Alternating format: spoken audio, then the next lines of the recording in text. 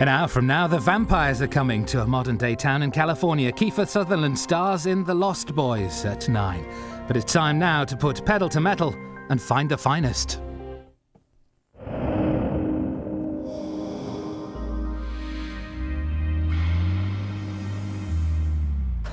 Another driver who's covered by car insurance from More Than, sponsors of Fifth Gear.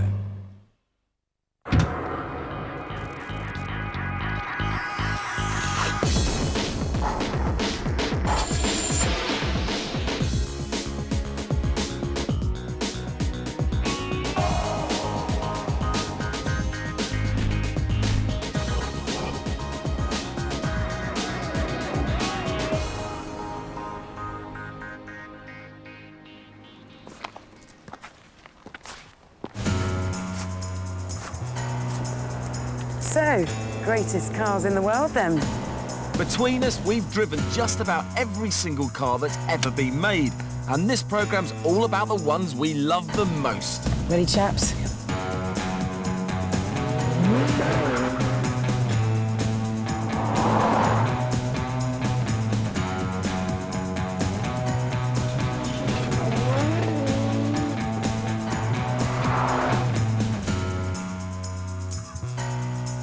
These people are all savouring our greatest of the greats.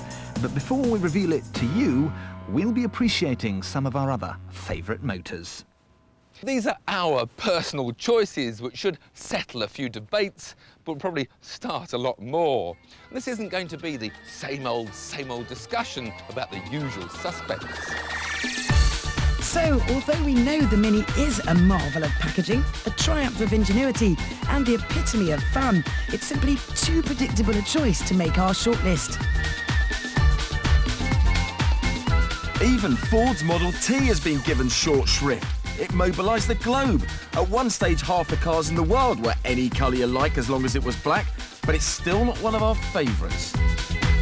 And you won't find us extolling the virtues of the Toyota Corolla. It may be the world's best-selling car, they've shifted an amazing 29 million, but it's just so terribly boring, and they keep having to update it. Adolf Hitler's favourite, the Beetle, sold 21 million without changing at all. And even though it was designed by a certain Mr. Porsche, it won't be detaining us here.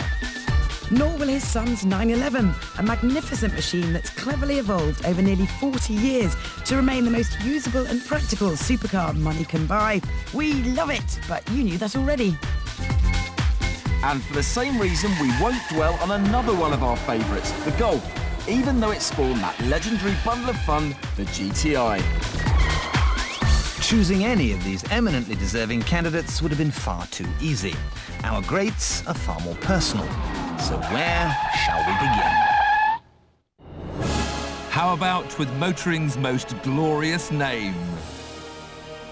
Enzo Ferrari was an eccentric Italian, but the company he created has enjoyed nearly 60 years of unrivaled racing success. The passion and pride are unequalled, the cars almost magical.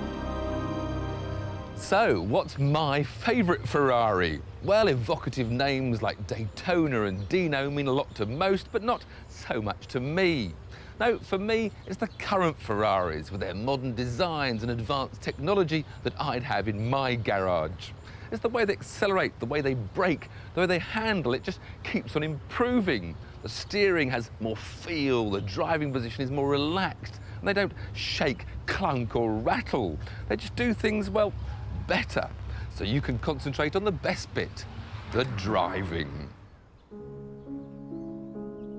My pick, or rather my dream, is the 360 Moderna.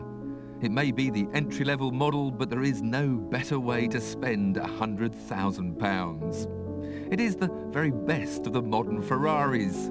If I could, I would buy one tomorrow. Hardtop, manual, red.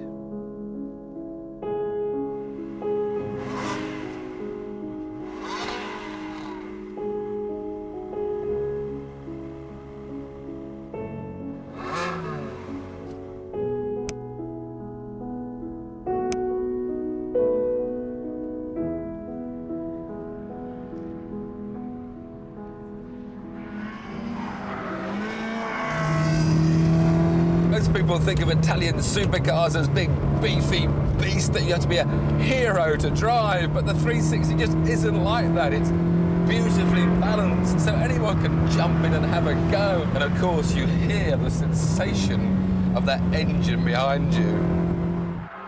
And if you want a little bit of fun, well, that does take a bit more skill.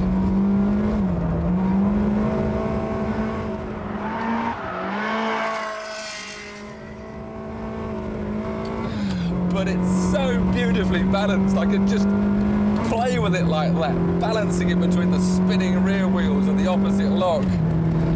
That's what you want for driver satisfaction.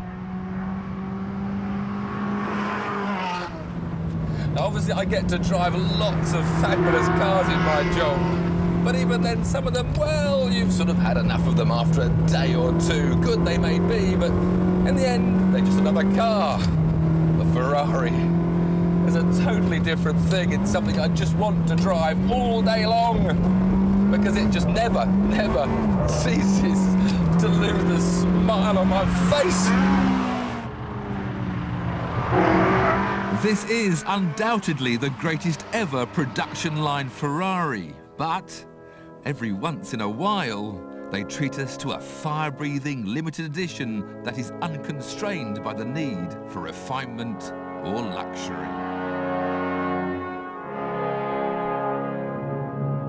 No car has done more for the legend than the F40. It came out in 1987 to celebrate Ferrari's 40th birthday, and a strictly limited run of just 400 cars was intended. Oh, plus one more for Niki Lauda. But it was so good they couldn't resist making 1,315, which annoyed a few early buyers who expected exclusivity. It's super light, lighter even than a new Mini, and the finish is rough and ready. It's a race car for the road. It may be 15 years old, but it's still the definitive supercar shape. Indeed, it's still the definitive supercar. 3-litre V8, twin turbos, 478 horsepower, and capable of 201 miles an hour. What more can a man want?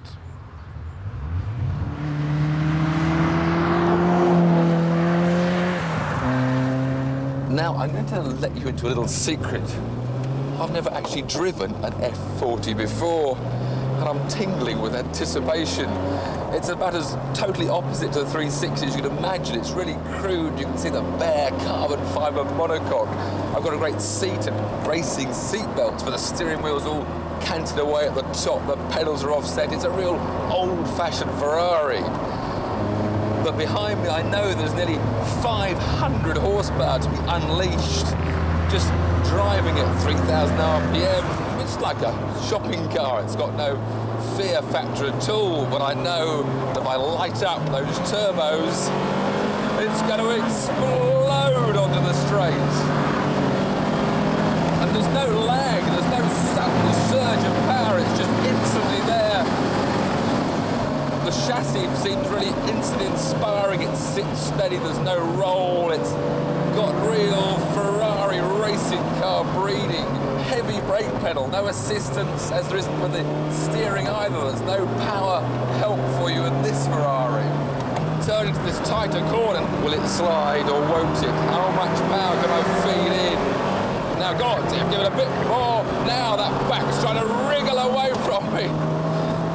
But you can feel it beginning to go and just attack the opposite lock. It's not the sort of car you feel you want to allow to go big sideways. If you did that, it's going to be gone. This F40 really is a sensational car, not just to look at, but to drive. And it's all part of this package of being half docile, half turbocharged monster, but it's a monster that doesn't bite. It just makes you drive faster and faster and faster.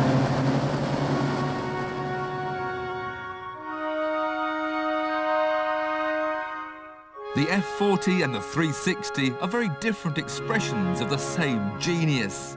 Being behind the wheel of both is a tremendously emotional experience, and I don't say that lightly. Just looking at this pair is a celebration, driving them an event. And I can't wait to see what Ferrari come up with next. I love it, but I hate it.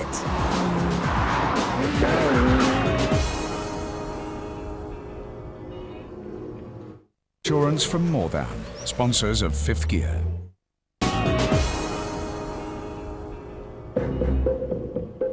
Now look, you can't make a programme about the best cars in the world without considering a very British paragon of engineering excellence.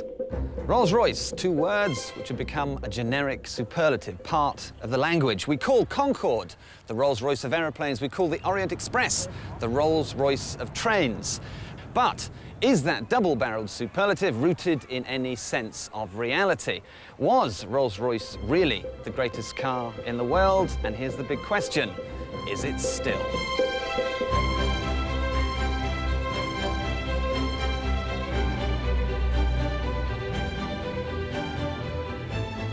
I think it's a former era. I don't think it's really about motoring. I think it's about travelling. I've been looking for this car, I think, for most of my life. If I wasn't frightened of tattoos, needles, I'd have a tattoo of Rolls-Royce on it. I would. And when I look at the detail of the early cars, they are done almost without cost in mind. So some of your best friends are Rolls-Royces? Oh, most of my best friends, actually. I love my Rolls-Royce more than... I'll bet not say it. There are cars which are, dare I say, more reliable. There are cars which are faster. There are cars which are more comfortable. But there's nothing like a Rolls-Royce, especially an old one. The Henry Royce and Charles Rolls partnership lasted just 4 years, as Rolls tragically became the first Englishman to die in a plane crash.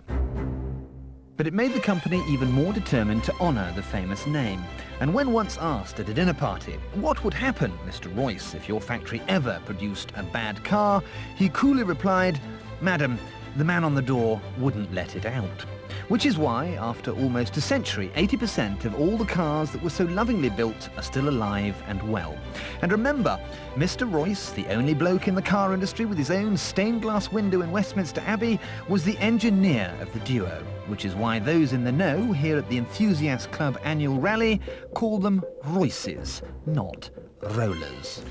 And the car that Mr. Royce was most heavily involved in was this. The factory name of 4050 didn't really catch on.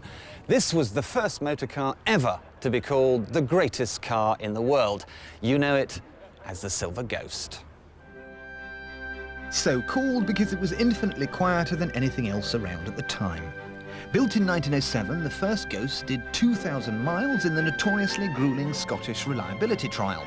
Engineers from the RAC stripped it down afterwards and found absolutely nothing wrong. But Rolls-Royce weren't satisfied, so they sent it off on a further 15,000-mile journey. The only stops were for sleep and fuel. The Ghost never missed a beat.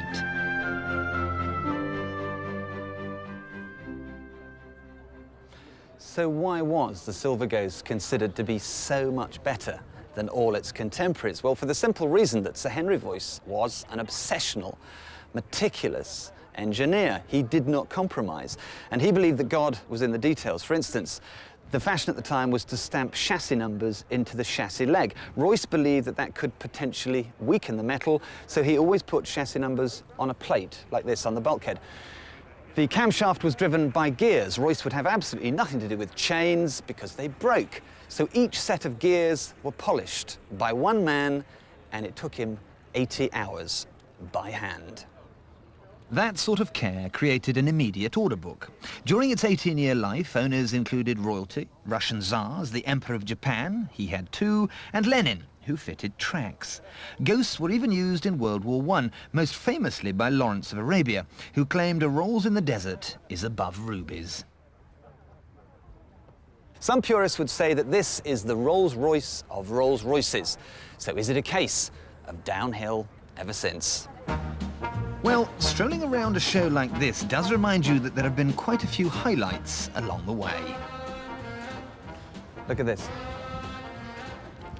Phantom 2, 1933, with the most gorgeous, delectable gurney nutting bodywork. This is unique. There is only one in the world, and this probably would have cost about $2,500 in 1933. It's probably worth £500,000 now, but it is the sexiest Rolls-Royce. Look at it. Pillarless, long, sweeping wings, Absolutely gorgeous.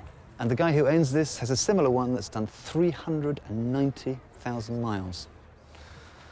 Lovely, gorgeous, gorgeous, gorgeous car.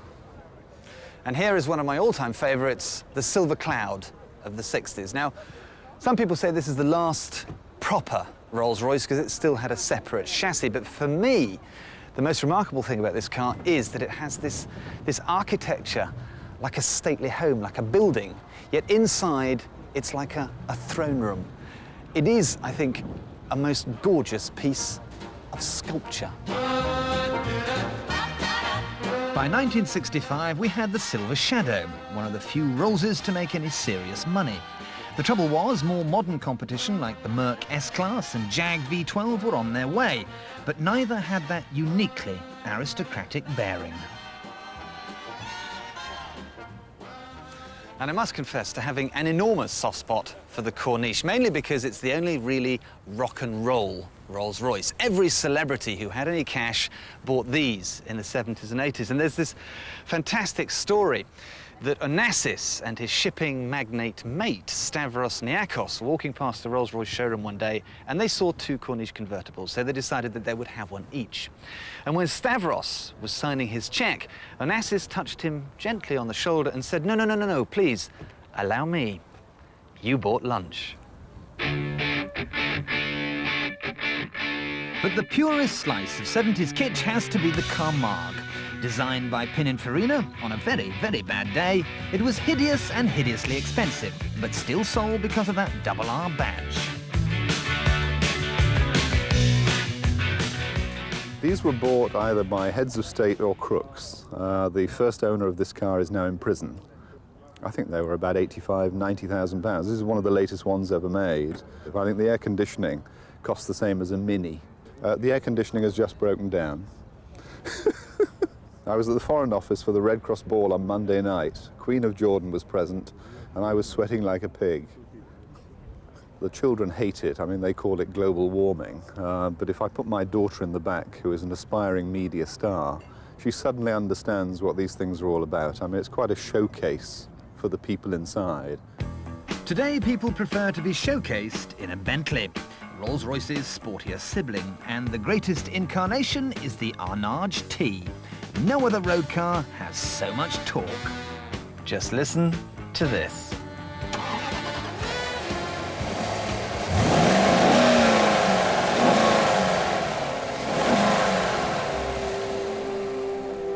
Finally, we have this, the last Rolls-Royce to be built before the BMW takeover. A long wheelbase, £189,000 Silver Seraph Park Ward, and just about as luxurious as a luxury car can be.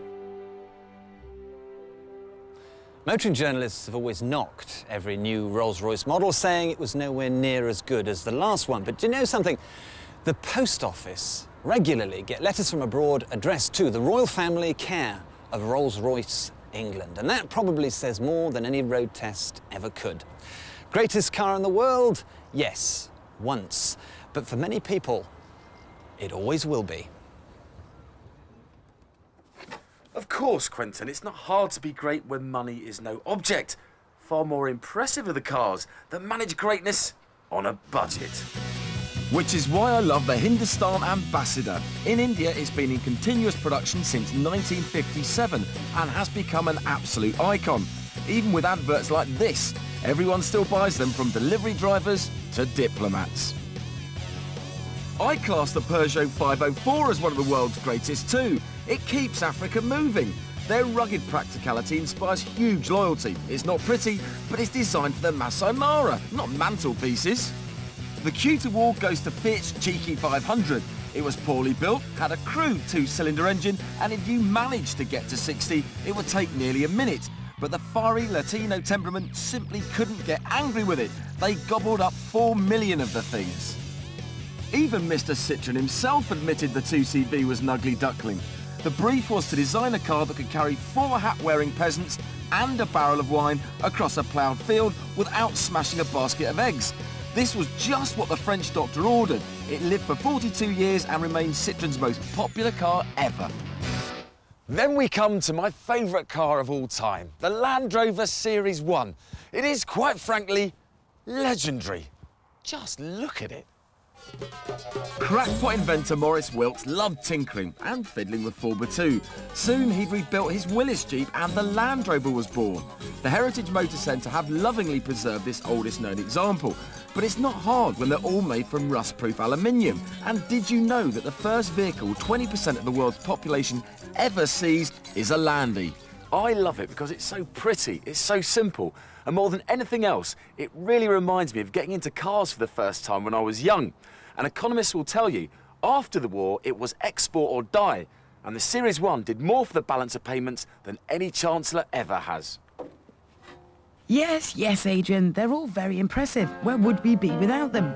Talk to me about moving the masses, though, and I'll give you a very different answer.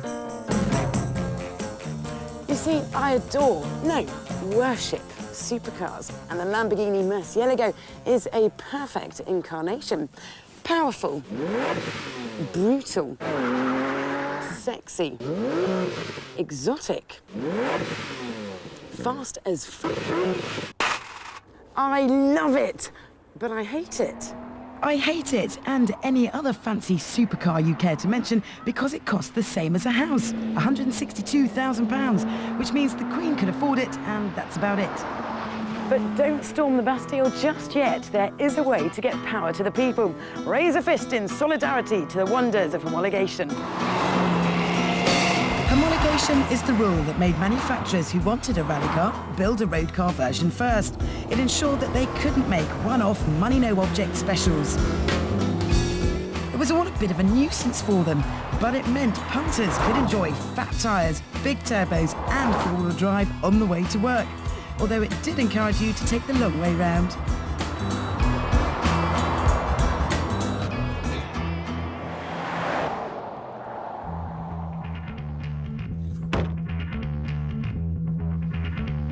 Up until 1980, four-wheel drive had been big, complicated, inefficient, expensive, and a surefire way to ruin handling. Great for tractors, rubbish for rally cars. But Audi's boffins tamed the technology, and within 18 months, world rallying had been completely reinvented. Four-wheel drive earned Audi 2 manufacturers and 2 drivers' titles. It made Michèle Mouton the only female winner of a world rally ever. And more importantly, it gave every other manufacturer a kick up the backside to rush out copycat four-wheel drive systems of their own.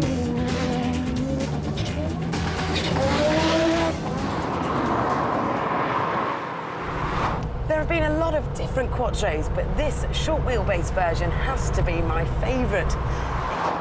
It just screams, I love the 80s, and was an essential accessory for Thatcher's children. And with 306 horsepower, it's no wonder the city boys traded in their porkers. When they came out, Quattro started at a mere 20 grand. Today, you can snaffle up an old Rally Raider for £5.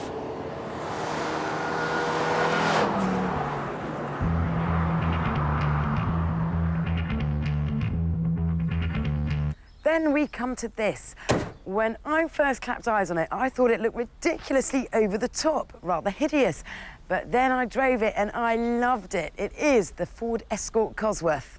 Although there's not much Ford and not much Escort. They were all built by German coach builders Karmann. The chassis is a cut-down Sierra platform and half the body panels were bespoke, bulging in all the right places. And of course there was that wing. Although pity the poor Swiss, whose nanny-ish car legislation meant that they missed out on the whale tail. Unlucky! When it was new, you'd have paid about 24 grand. Find one today that hasn't been lowered, chipped or crashed and expect to pay 15. I have to confess that when I sat in this car for the first time, I actually cried because I haven't felt nostalgia for a car at all, ever. A close friend of mine had one, but I spent more time with the car than I did with him. It was, and still is, a manic bit of kit. I was never off the turbo, as you can well imagine, and it drank serious fuel, but it gave me so much pleasure. Others appreciated it too, even if I was just tootling through a town. I have never known so many people to stop and stare.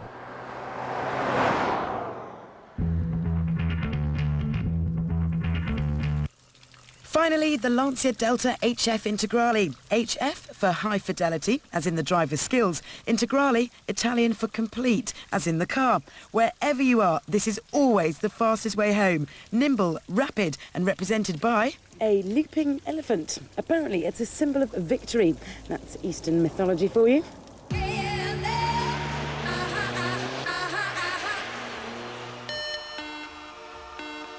KLF is gonna rock you.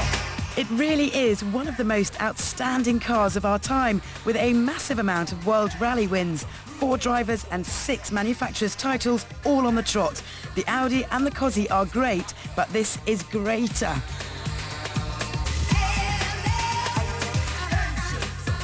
I remember when I was an 18-year-old girl and I was doing some work experience on a car magazine, and we were doing a group test in Wales, and this Lancia was one of the cars on test. And I sneaked away when nobody was looking and went and took it for a 2-mile drive. I was so excited to be driving the car of the moment. But I was also rather terrified that I might prang it. But it was so worth the risk. Why are these cars some of the greatest in the world? They turned hatchbacks into fire breathers and made massive performance much more attainable. Despite their humble underpinnings, they fit right into a fantasy garage alongside things like this, the Lamborghini. Homologation rules were recently phased out of world rallying. More's the pity. We've had a speed limit ever since, and this is the monster that caused it all.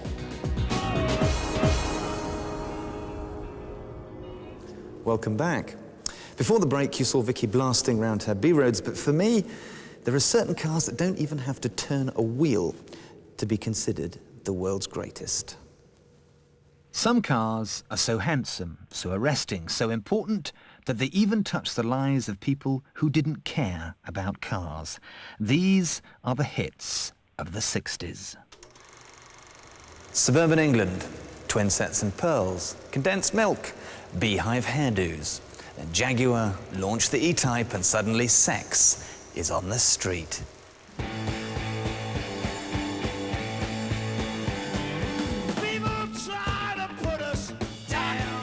The E-Type made girls look like movie stars and guys feel like Le Mans racers.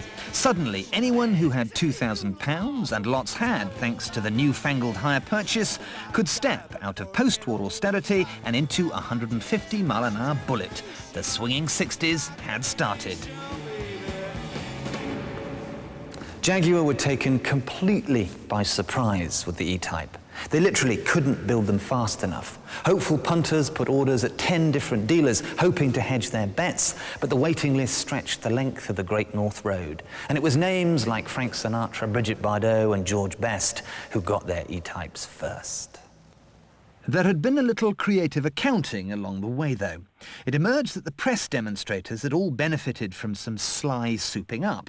Buy a car from a dealer, and it was nowhere near as quick. No matter, though, the E-Type looked like it was breaking the limit, even when it was parked. Mind you, it was anything but perfect.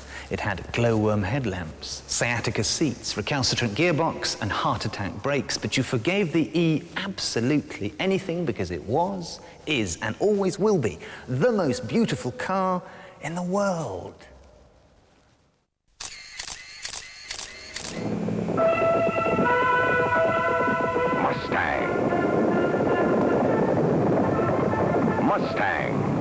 Mustang is coming.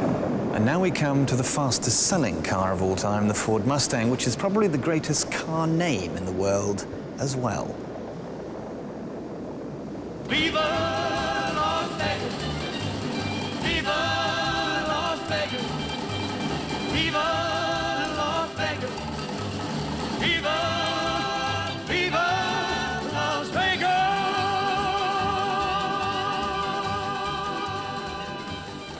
The Mustang was, quite simply, the most perfectly marketed car of all time.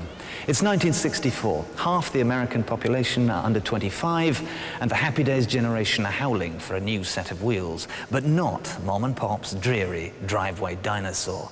The baby boomers want something separate, individual, a car that promises to set them free.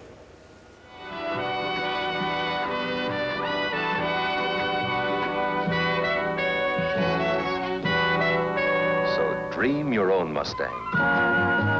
Take your choice of a 6 or 3 V8s.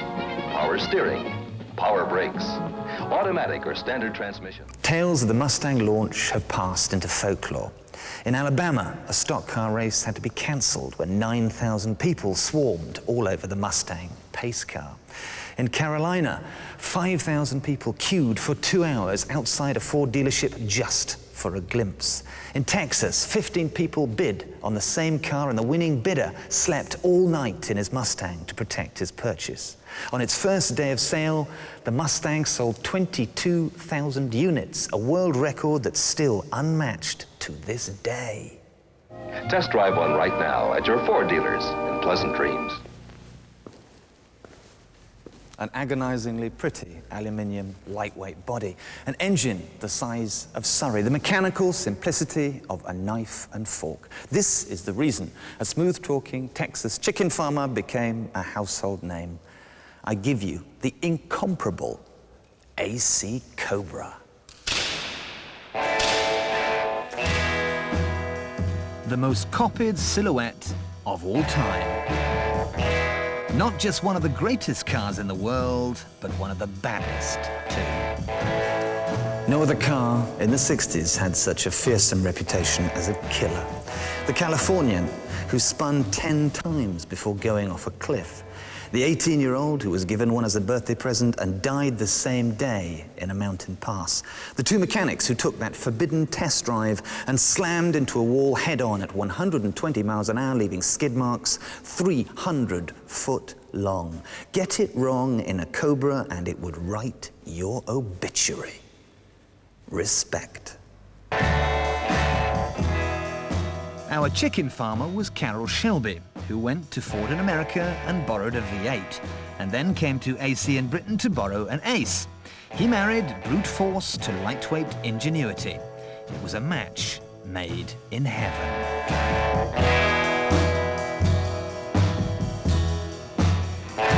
It all began early this year at Sebring, Florida, when the comparatively unknown Cobra, built by Carroll Shelby, made its appearance in the world-famous 12-hour Sebring endurance run. But recognition was quick when the Cobra, driven by Phil Hill, completed the first lap, leading the field, including the highly touted Ferraris. In addition to being very quick on the straightaways, it was noted that the Ford-powered Cobras possessed superb handling qualities, shown here as they take a difficult corner during the race. Word soon got out that something was making every other sports car look silly. Advertising wasn't really necessary, but there was one notorious bit of PR. January 1964. Racing driver Jack Sears is testing a new Le Mans Cobra Coupe on the unrestricted M1 motorway. He touches 190 miles an hour. A watching journalist writes the story up. The following day, there's uproar, banner headlines, questions asked in the House. We've had a speed limit ever since, and this is the monster that caused it all. Time is a great healer, though, and today, genuine Cobras are worth around 100 grand. Find a fearsome 7-litre 427 once the world's fastest accelerating car and expect to pay nearer 200,000. Legends don't come cheap. There have been great Grand Prix cars as well, like the beautifully simplistic Maserati 250F, which went on sale in 1954. There will be an average of 8 of them on every grid for the next 4 years, with 44 different drivers racing them. But just 2, Sterling Moss and Juan Manuel Fangio, would share its wins. The same pair also dominated Grand Prix with the Mercedes W196, which, with a few tweaks and a change of bodywork, turned into the all-conquering 300 SLR sports car, whose crowning moment was Moss's epic Mille Miglia win, 1,000 twisting miles at an average speed of nearly 100 miles an hour. My favourite, though, has to be Colin Chapman's 1967 Lotus 49, a simple aluminium tube with the engine bolted on the back that became the blueprint for every Formula One car since. Ugly spoilers and branding were just around the corner, so I reckon this is the prettiest racing car ever. The Volkswagen Type 2, the camper. The engine is an unbelievably wheezy piece of junk. The steering is quaint. No, it's not. It's rubbish. Most of the bodies are rusting in peace, and you'd never trust your life with the brakes. It is, quite simply, one of the greatest cars in the world. Why? Well, without getting too feng shui, it goes a bit like this. Technicians and engineers can deliver lots of things that can be measured and checked and quality controlled and ticked. But what they can't suss out are our emotions. You see, there's more than one way to greatness. It hasn't got the rip-snorting power of an AC Cobra. Neither will you find the meticulous engineering of a Rolls-Royce Silver Ghost, but it has got character in buckets and spades. It was conceived just after the Second World War, when the Brits running the VW factory needed a workhorse. Pre-67s are known as split screens, post-67s are known as bay windows. They've globe-trotted for fun, so what does it all mean to the loyal band of followers? It's freedom. That's what it means to me. I enjoy it, it's freedom. Freedom?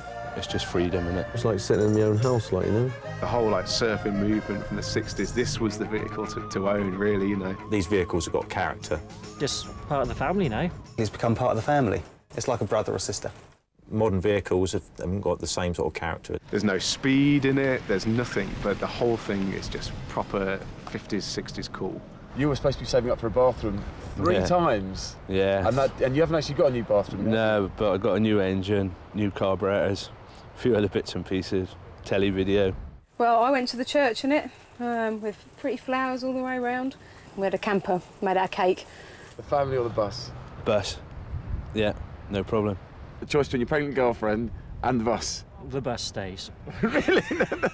The relationship, is that strong? It's that strong, yeah. Between you and the bus? Now that's what I call devotion. Show me another vehicle in the world that inspires such single-minded love.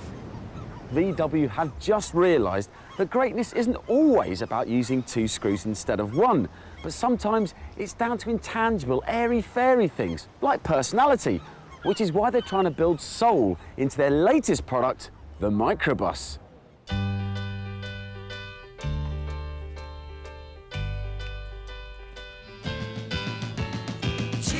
This 21st century remix of the camper formula has generated a frenzy of interest.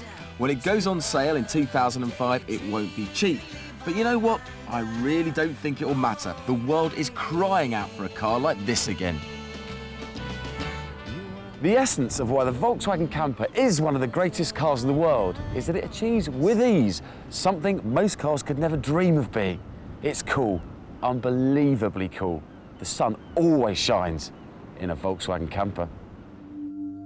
Although this may be even cooler. I want to tell you about the winner of the Product of the Century Award. It beat the Jumbo Jet, the Apple Mac computer, the Lunar Lander, even the Bic Biro. I want to tell you about the Citroen DS. When it first fell to Earth in 1955, the world drew breath. It was like the future had started early. Somebody, somewhere, had managed to produce a dream. It was like driving a spaceship. It made Dan Dare look dated. Never before had so much technology been crammed into one place. Ready for this? It's got crumple zones, this amazing aerodynamic body, and rear glass shaped so that raindrops won't stick. It's got power steering, power disc brakes, a semi-automatic gearbox, no clutch here, and this fantastic futuristic dashboard that uses something called plastic. Not to mention fantastic armchair seats, no brake pedal but a brake button, and from 1967 fuel injection and headlamps that swiveled when you steered.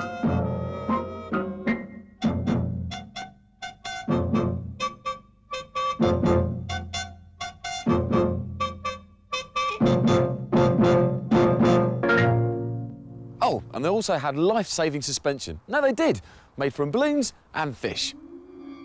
The elasticity of the air and the flexibility of water are combined for your comfort in the Citroen hydropneumatic suspension. You won't find boring old springs here, but a complex system that means the car literally floats on air. You can adjust the ride height and even change wheels without using a jack. But the neatest trick, the life-saving bit, was demonstrated by a failed assassination attempt on President de Gaulle in 1961. After a sniper shot his tyres to shreds, the president was able to race through the bumpy, cobbled Paris back streets and escape, thanks to the stability offered by the suspension. The Jackal never banked on the Citroen DS.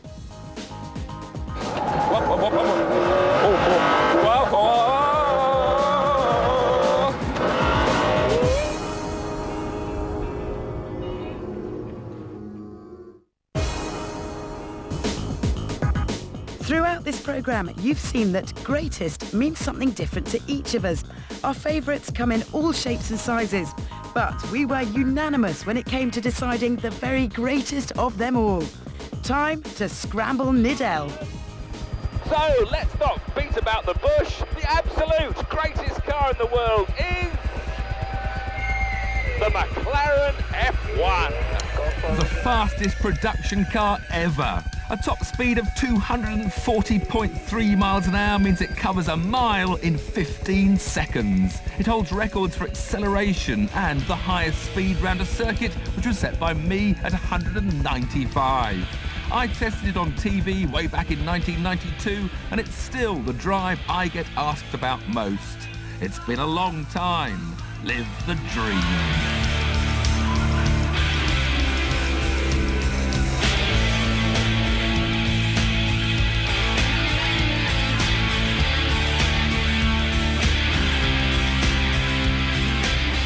It's not the greatest just because it's the fastest. The McLaren transcends what normal cars stand for.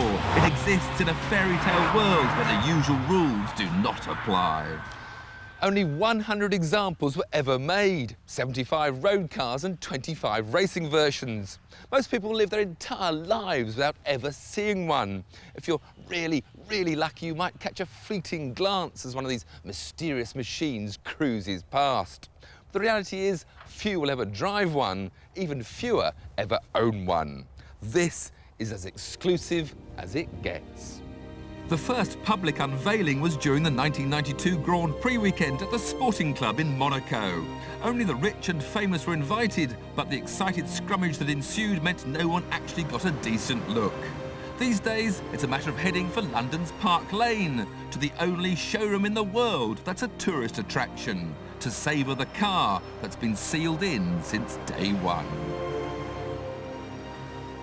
The unique thing about the F1 is that no accountants or marketing men were involved in its design. The only people whose opinion mattered were people who loved cars, with the odd racing driver thrown in for good measure. It was genius designer Gordon Murray's dream to have a central driving position just like a racing car. He wanted a clean, small shape and a body made entirely of carbon fibre. But this is no hardcore racer lash-up. To package all the needs of an everyday road car to carry 3 adults and their luggage in such a small space is an incredible engineering feat. The McLaren was designed and built with just one rule in mind. There was to be no compromise on anything, which is probably why it ended up costing, are you ready for this, £634,500. Well, for starters, the engine bay is lined with pure gold, the best heat reflector there is, and it houses an amazing 6.1-litre V12. Only BMW were brave enough to take on the daunting specification that Murray demanded, yet even by weighing every last washer and seal, it came out 16 kilograms too heavy. But it didn't matter. 627 horsepower was beyond anyone's dreams. One day in a wind tunnel later, and they won their Le Mans debut. Production may have stopped in 1998, but the McLaren experience still carries on for the fortunate few owners. It's an experience that includes the 5-star service of the McLaren Customer Care Department. Owners have had paint matched to everything from aubergines to watch faces. Some like their monogram woven into the carbon fibre. Buy an F1 second-hand and McLaren will spend 3 months rebuilding and retrimming it to as new, happily fitting modern conveniences like sat-nav and mobile phones. Unfortunately, client confidentiality prevents us from telling you about some of the more interesting additions. Every job, however, no matter how small, ends with a 4-hour valet.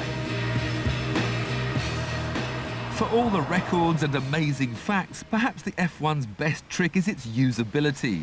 Sure, as one owner told us, for the price of a crash in a McLaren you could buy a Ferrari, but have a bit more courage and you'll discover it's a pussycat around town. I've been privileged enough to drive the F1 on several occasions, but it's still the memories of that original road test that remain strongest. The thing I perhaps remember most about that momentous day 10 years ago was when, having spent half a day poodling around on the public roads getting used to the car, I finally dropped it down to second gear and opened the throttle. 120 miles an hour, 130, 140, 150, 160 miles an hour. And that feeling of sheer exhilaration still doesn't change to this day. The whole thing about driving this McLaren, it's not just this central driving position that gives this Formula One experience, but it's the feel of the steering, the feel of the brakes. The car is so alive beneath you. Some journalists will say the brakes aren't good enough, but that's rubbish. Some journalists will say it's a bit twitchy. Well, I'm happy to switch this McLaren. Trying to put the F1 experience across is almost impossible. Words don't do it justice. This may give you a better idea.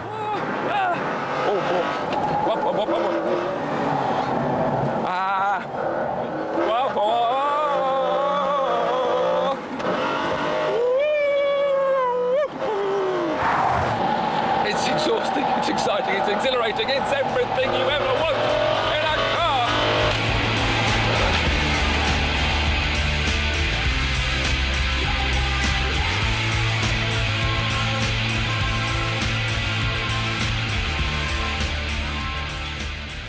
Yes, it cost £634,500. But you know what? McLaren still didn't make any profit. So you could say the F1 is worth every penny. It's 10 years old, yet it doesn't even look like dating. Talk to Gordon Murray and he'll tell you that he wouldn't do anything different if he had to build it again today.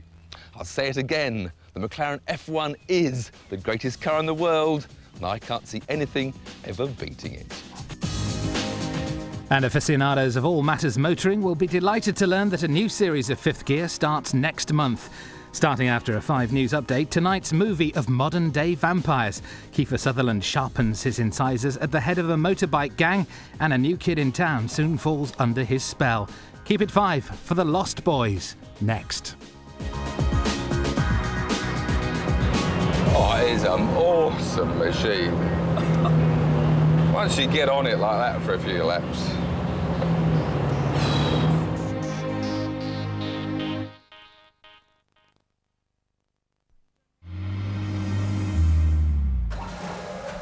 Another driver who's covered by car insurance from More Than. Sponsors of Fifth